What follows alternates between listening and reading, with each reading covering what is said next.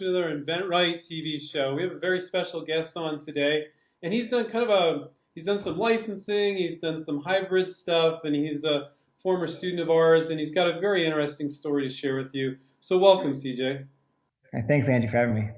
So I think this is going to be a lot of fun. You got some stuff to show, and you got a story to tell, and some lessons learned, I assume, right? Absolutely, yeah. Okay, so this kind of, I mean, it started before you went on Shark Tank, but before you went on Shark Tank, how did you get into webcam covers? Like your product is a webcam cover, and Yeah. you've got it licensed now. You've got a distribution agreement. You've got a bunch of stuff going on. But let's start at the beginning. Why'd you get into that? Yeah, at the beginning, I was just like a lot of your students, it was 2013, 2014, laptops started to come with cameras built in. Jonathan Snowden was out saying, Edward Snowden. I'm sorry, Edward Snowden was out saying, we're being spied on. And I used to sit around with my friends and joke and say, hey, I'm going to be an EyeBloc billionaire. It's going to be this little webcam cover, and my major competitor is going to be duct tape, and it's going to be huge. I'm going to be, duct tape and post-it notes, but this thing, I'm going to be an EyeBloc billionaire. And I had a regular job. I had started a company in software, and I was working in software. But I said, I'm going to do this over a long weekend. And at the time, I was reading, the Lean Startup and all these different, 4-Hour Work Week, a lot of these books that teach you how to just test an idea. And so I put up a website, hey, you're being watched, you need an EyeBloc. I ran some ads on some conservative blogs saying you're being watched spied on by the government, and I got a bunch of clicks. And it's funny, as I read your stuff later, I did a lot of the things that you recommend. So I went on Amazon. I said, well, what could cover a webcam? Oh, like a chip clip. And I ordered like 20 different chip clips, the things to hold the bags. Yeah. So I could like test the different plastics and see how the mechanism worked. And there's still, I still have 10 chip clips on my, in my drawer here. And then I went on Upwork and said, hey, could someone design me a clip to cover my webcam? At the time, it was called Elance. Now it's called Upwork. Got a bunch of bids, got these kids out of MIT to design me what became the first EyeBloc. And they said, you don't need a chip clip. You don't want that spring. It'll be hard to manufacture. Some of the stuff you guys teach, let's simplify it. And they did basically like a money clip. And what they came up with was actually, this is the first one. The first model is shaped like a shield. If you remember, laptops used to have a big bump on the back. So it's got this bump on the back. And this would just kind of clip on. Very inexpensive to manufacture. So these guys designed it. They even put, I don't know if you can see, it says EyeBloc on the back. Yeah. And I was sitting around my kitchen, and this was about 3 weeks later. So this whole thing happened very, very fast. And the guy fixing my kitchen said, hey, you should go on Shark Tank. I said, what's Shark Tank? He says, oh, it's this thing with like Mark Cuban. And I said, oh, I think I met a guy who worked on Shark Tank, and it was my cousin's boyfriend. I emailed him. I said, I got this idea. It's for, being watched. What do you think? Should I apply? And he said, don't apply. I'll just forward you. He didn't work anymore, but I'll just forward your stuff to the producer. I said, well, I don't even have a product yet. At this point, I didn't even have a product. A week later, I had the drawings from these MIT kids. I sent them the drawings, sent them the pitch. The guy wrote back, said, I love it. They must have been looking for something about spying at the time. But I had a problem. I didn't actually have the product. I just had the drawings. And the DC, I was living in Washington, D.C., the DC Public Library had a 3D printer. And so I went there on my lunch break and said, could you 3D print this CAD for me? I think I'm going to be on Shark Tank. And the guy said, you're crazy. I said, please. He said, we have 3-week wait. I said, please look how little it is. He printed it for me. I took a video, submitted this video, and 6 weeks later, I was filming Shark Tank. So how did that go? I got crushed, absolutely crushed. So by the time I started, one of the things that's amazing right now is that there's so many inexpensive ways to launch, right? I set up a Shopify site. Amazon lets anybody set up a site. I set up a site, and I was literally 3D printing these, mailing them to Amazon FBA, and selling 1 or 2 a day. And I was very proud of myself because this has all happened in less than 2 months. If you watch the episode, one of the big laugh lines, and I'm sure as you and your viewers know, you're in there for about 45 minutes and they edit it down to 5 or 6 minutes. But one of the big laugh lines was, well, how many have you sold? And I'm like, 50. And Damon's like, 50,000? And I'm like, no, 50. And he's like, we're a fast growing company. I'm like, I am a fast growing company. Shark Tank's about entertainment, and having that friend who used to work on the show, he really coached me to that and said, look, this is not like a normal, I went to Wharton Business School. I've pitched venture capitalists out here in Silicon Valley. This is not like that. This is entertainment. And just knowing that going into that pitch, It was still very challenging professionally, really hard. They actually have a psychologist that comes into your booth afterwards, Mm-hmm. into your trailer, and says, "Hey, like, are you okay?" Yeah, I've heard And about you know, that. and she actually said something that I think about a lot, which really helped me, which was like, "Look, you're going to run through this the last hour in your head 100 times, 1,000 times, but really, is there anything you could have done differently that would have changed the outcome?" And the reality was, I had this crappy little webcam cover. No, they weren't going to invest in this thing. It wasn't even a company. Mr. Wonderful called it crap on a stick. Crap, But really? Did that get aired, that part? yeah, that part got aired. So Oh this is my. crap. This was crap on a stick.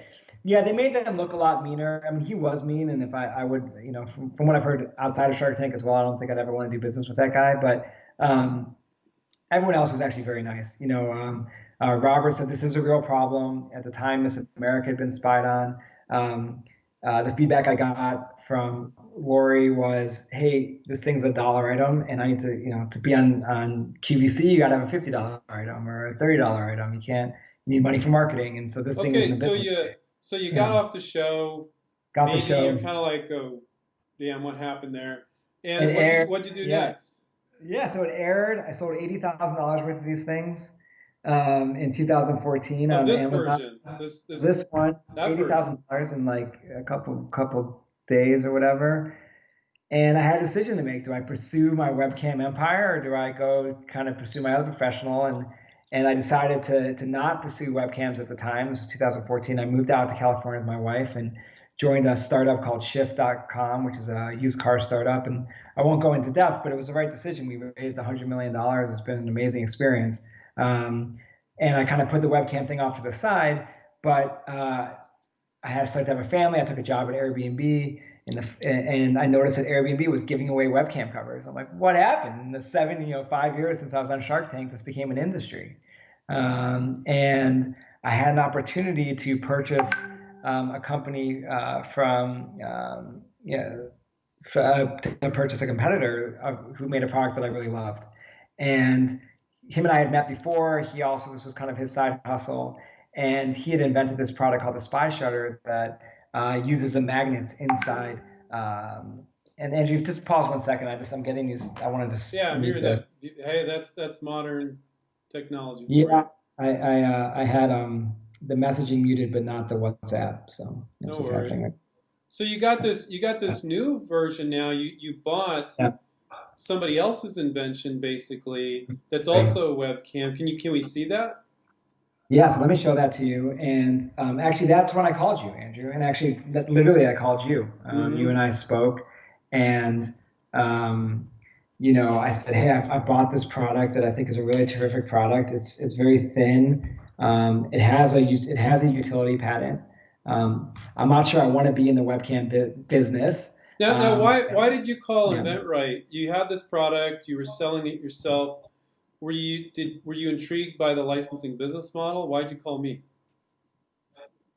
yeah, exactly. So I had purchased this company, but I hadn't started doing anything with it yet. The year before, he had sold maybe about $50,000 worth of these things. So it was a product. He had a manufacturer lined up, um, but I didn't think I wanted to be in the webcam business. And I came across some of your articles, and I reached out to you, and I said, Andrew, can you help me? I said, Andrew, I think I'm a smart guy. I know how to negotiate. Is it really worth it? And you kind of, you weren't pushy. We had a couple great conversations, and I decided to invest in the coaching program, and worked with Terry and some of your other. Terry is my main Now, point of why did you contact. like licensing? You want to keep your day job? Is that I thought I wanted to keep my day job, or I just love the idea of not having to build this business because it's a slog to build a business. And I did think that he already had a utility patent. I really thought there was value in this thing. And so I signed up and I started to follow your program. It was interesting. Those early conversations, I said, well, I'm selling $5,000 a month retail. I'm getting these interesting orders with people's logos. This is an example of one with Capital One. And Terry and the team said, well, maybe you shouldn't license yet. You should look at both paths, since this is a simple product to manufacture. But using your system, I reached out to the biggest accessory manufacturers, including Kensington, Belkin, and others. And I actually got a meeting with Kensington, And I showed up and it was in the old packaging. And I said, hey, I'd love to license this to you. I have another product I think that's really good called the NanoBloc that I'd like to license to you, which is another webcam cover. And they took the meeting and they decided not to move forward. And that was in, about 24 months ago. And so I had to go at it on my own. I actually brought a friend in named Jonathan who had a bunch of experience. And last year we landed up selling about $250 million worth of these things between online retail, the promotional products industry, and direct to CDW, one of the largest distributors of to computer products. But I didn't kind of forget about this idea of licensing it, because I still, working with CDW was really hard. They had one client that wanted it, which was great. But if I wanted to sell to another client, there was no channel. And so I first licensed it to a large promotional products company so that they could take the promotional products piece of the business. And we got that license done about 12 months ago. And we're doing things like this. This is our NanoBloc where it's customized. We do custom shapes. So that part of the business is now outsourced because I didn't want to have to build up a sales team. And something wild happened, which is I had a client say, hey, please come meet me in my office. And it was in that same building that Kensington was in. It's like this nondescript office park in San Mateo. And I'm a big believer that things are meant to be. So I start emailing my contact and say, hey, I'm in your building. We met a year ago. I think you really should meet with me again. And she ignored me and ignored me. This is the one that said no a year ago. So when I said no, we're not going to license it.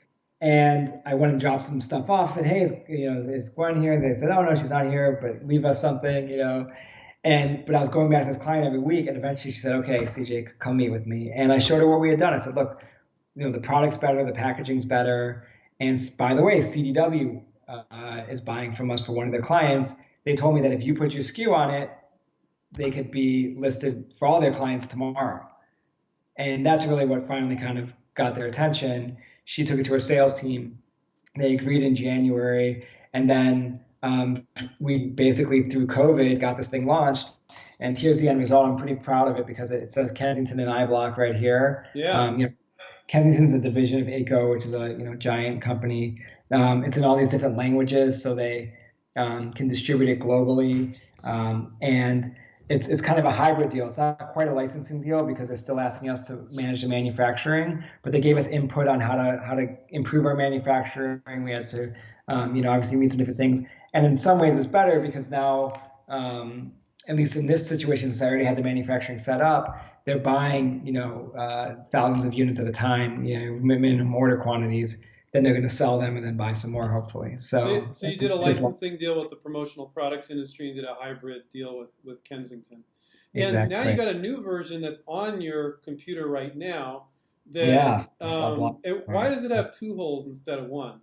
So when we worked with Kensington, one of the things we wanted to do was take all the feedback we got in over the previous years. And so we added a second hole on the MacBooks. So this stays in place from the magnets in the top of a laptop and the top of a MacBook in particular. So it's just a very thin piece of metal. So some of the improvements we made is we added the second hole, which allows for the ambient light sensor. And then we added some this tape so it slides easier. It's probably hard to see on the camera, but yeah, I can see it. And that was a direct result of the conversations we had with Kensington. They added their logo. And we have this interesting deal with them where they're distributing it to CDW, but we actually are still selling a version of this just without their logo on Amazon, on our website. So we still have the right to sell through other channels if we want. We were most interested in working with them on CDW. So that this isn't magnetic at all. It's using the magnet in the laptop, and this is just a piece of metal. Exactly. And the utility patent actually is about using the magnets in the laptop to cover webcams. So yeah, very unique. It's pretty unique. It's not just design, but it's actually utility. It was kind of natural to start off with a chip clip, and there's a lot of webcam covers out there now. There's a ton, but this is pretty unique in the marketplace. You did something different. Yeah, no, we love the product, and our other product, which is called the NanoBloc, actually Kensington also licensed. I'll just grab one here, but so that actually is more universal, can fit on everything. We do them in like smiley faces and And this is just a little sticker, but what's unique about this is it doesn't leave any adhesive residue. It uses these little micro suction cups to stay in place. And yeah, we're selling those as well through Kensington, and we don't have a patent for that one. So Nice. it's interesting that they were, but we had the supply chain and we had the market. So Yeah, yeah. And yeah. now in another area, you licensed another product? Yeah, so while I was working with Terry, I was doing some Terry is consulting your work coach, right? We should with give my him coach. some credit. Yeah, I know you did the work, but he guided you. No, for sure. Terry and some of your other folks jumped on with me, and yeah, so I was doing some consulting work for a friend who has a software company that sells products to libraries, and they teach kids how to code, and it's this really amazing software and just mission, which is he thinks of literacy as coding as a new literacy. Company called Prenda, and he had an opportunity. He was banging his head against the wall trying to sell into libraries. I mean, a lot of this is about channel, right? So we wanted to work with Kensington because they had a channel to CDW. He was looking for who could his partner be to be a channel to the library systems. And so we did the same thing we did, that you recommend. We mapped out who are the 5 or 6 biggest players that are selling to every library system in the world, or at least in the US. We called all 5 of them. We actually got an offer from one of them that we looked at and negotiated with Terry and decided to turn down. Just didn't feel right. There was a bunch of things that just weren't working with it. Oh, good for you. Pardon? Good for you. Yeah. So that was hard, but it was just, and then we got an opportunity to work with EBSCO, which is another conglomerate, but one of the largest sellers of software and databases to libraries. And we had to it took 2 years. I had to step through it. First, it was a marketing agreement where they would market our software through their email lists, but the goal was always to get a kind of licensing / reseller agreement with them. And I'm happy to say that we've achieved that now. And so it was fun to get to kind of apply these skills in other ways. Cool. You working on any more yet? Or are you just busy with the ones you're doing now? Or are you working on licensing any more? Yeah, so part of our dream is, now that we have this relationship with Kensington, can we bring them other products? Mm-hmm. And one product that we've been selling is something we call it DataBloc, which was really hot before COVID hit. It plugs in this one plugs in your computer, but normally they plug into your if you're traveling and you want to charge your phone, say at like a USB port or a Starbucks or a hotel, or even like an Uber, and your phone syncs, or people can steal your data. So this was a really hot product. We sold a ton of them on Amazon in February, and then COVID hit and no one's traveling. But we would love to work with Kensington. They don't have this product and they like it. And we've taken some unique twists on some of the ways. What problem is it solving? The problem of your phone syncing with your computer? So the problem is when you travel. So one way that makes it easy for me to think about is imagine if you get into a rental car and you plug in to charge your phone, and your contacts start syncing with the rental car, right? So that's like a use case. My wife likes it because she doesn't like her photos syncing with her computer at the office. But the original inventors of it, or the original people that really popularized this technology, thought of it as people are going to try to steal my information. So this is, one of the reasons we sold a bunch is actually the sheriff in LA said this is a real problem, that you could be charging in a public port and someone could be stealing your information from your phone. Wow. Okay, so what it does is, we hadn't talked about this product prior, so thank you for sharing it. It turns a USB slot that could transport data into just a charging port. Is that what it does? That's exactly correct. Okay, that's cool, man.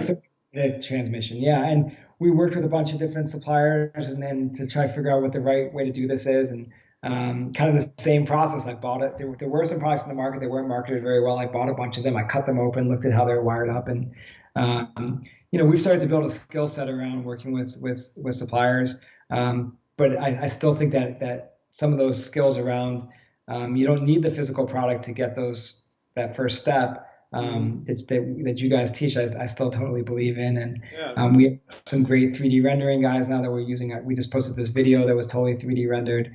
So there's a lot of stuff you can do up front. I think in these experiences, Kensington wanted to see a little bit of market penetration. That helped for sure. But I still think ultimately we got to this great opportunity. It's so weird that you had a meeting in the same building, realized that, Meant to and then. be. Yeah, meant Well, to be. I'm so glad that you found us, and I'm so glad that we found you. You're a pleasure to talk to. You're a smart guy.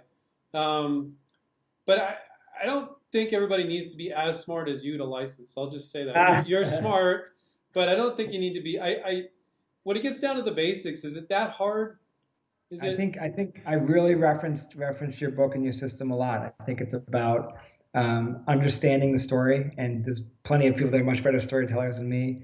And then it's doing the hard work of trying to get in front of people. I think LinkedIn's an unbelievable tool. I mean, to get on LinkedIn and be able to see who the product manager is at these 5 or 6 target companies and be able to do that within a few hours is pretty amazing. That's how I got in touch with these people, just through LinkedIn. Yeah, and people don't think they can reach out. Like, oh, I'm not important enough. They don't know who I am. What would you say to that? Yeah, I'd say, that person's job is to bring innovation to that company and to Yeah. bring products to that company. And so they're happy now of the, 15 people I reached out to, did everyone get back to me? No, definitely not. And but I think just being persistent and timing and being lucky, there's a lot there. But I think there's so many tools out there that can make. I mean, I run this, we run this out of our garage, and we did this huge deal. So Yeah. I think you can if you have the right ideas and the technology's out there, you can really act just as like a big guy. Cool. Cool, man. CJ, thank you so much for sharing your experience. And let's have you back after you license a few more, okay? I can't wait. I'm just dreaming about living in Tahoe with You're gonna move up there by Steven? so that's all I want in life. Okay, all right, cool. Where do you Uh, live now? I forget. Oakland, California is beautiful here, and I grew up in Oakland, okay. Michigan. I grew up in San Francisco Bay Area. I moved about 13 years ago, but Okay, yeah. So yeah, no, it's a great community, and I really do believe that um, between the free resources you guys have out there in the books, and then the coaching totally helped me on my specific issues. It was all worth it. So thanks for not giving me the hard sell, because I don't know if I would have gone for it when we talked on that first time. yeah, that's not the way we are. Thank you Yeah. for saying that. I appreciate that because maybe like, oh, yeah, I don't want to call them. They're just going to try to hard sell. We don't do that. No, you basically gave me 2 free consulting conversations before we started working together. Oh, So don't I say appreciate that. that. Everybody's going to call me. Just kidding, man. All right. CJ, thank you so much. I want to remind everybody, take care, keep inventing, and we'll catch you the next time. See ya. Thanks, Bye. Andrew.